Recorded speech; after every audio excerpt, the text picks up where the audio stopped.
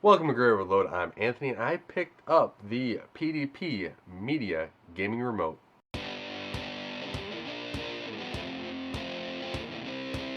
Originally, I had the old PDP Talon Media Remote that you can kind of see over there, and during the review, I will compare these two remotes. But I picked up this remote. This is the new one that they had released after the Xbox Series X and S came out, and so I was going to take a look and see how this compared with the other one.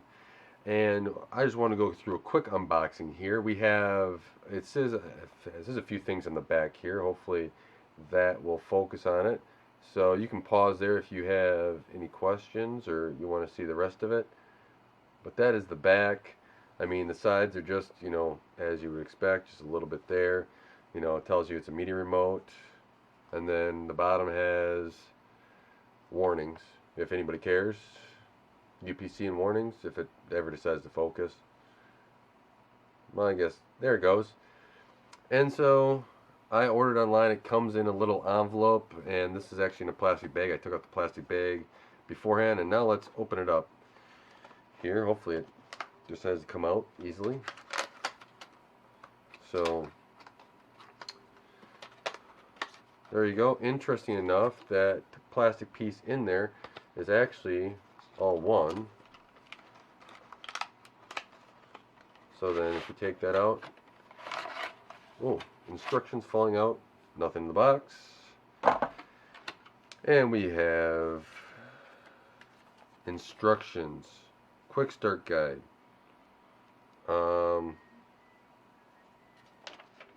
This is a long quick start guide. Oh, good. It's in multiple languages. There you go. So it does, when you pick it up, it does have lights on it. This does not come with two AA batteries, which are required, and otherwise it's pretty self-explanatory there. Little empty tray, and then here's the remote. Just initial here. Okay, well, there we go. Oh, one item down. There we go. Both of those are down. So here's what the remote looks like.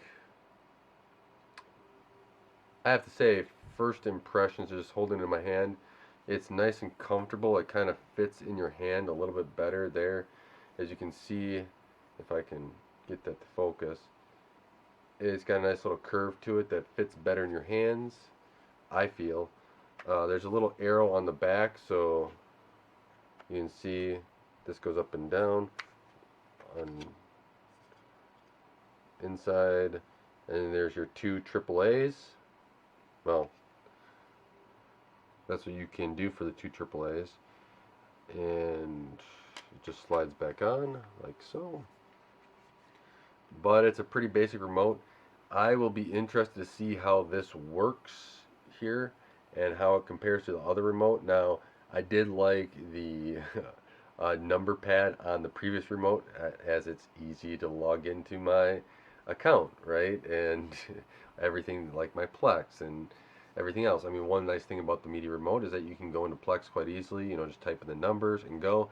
This doesn't have those numbers, and so I'm going to be interested to see if I rely on those numbers a little bit more or if I like it without it.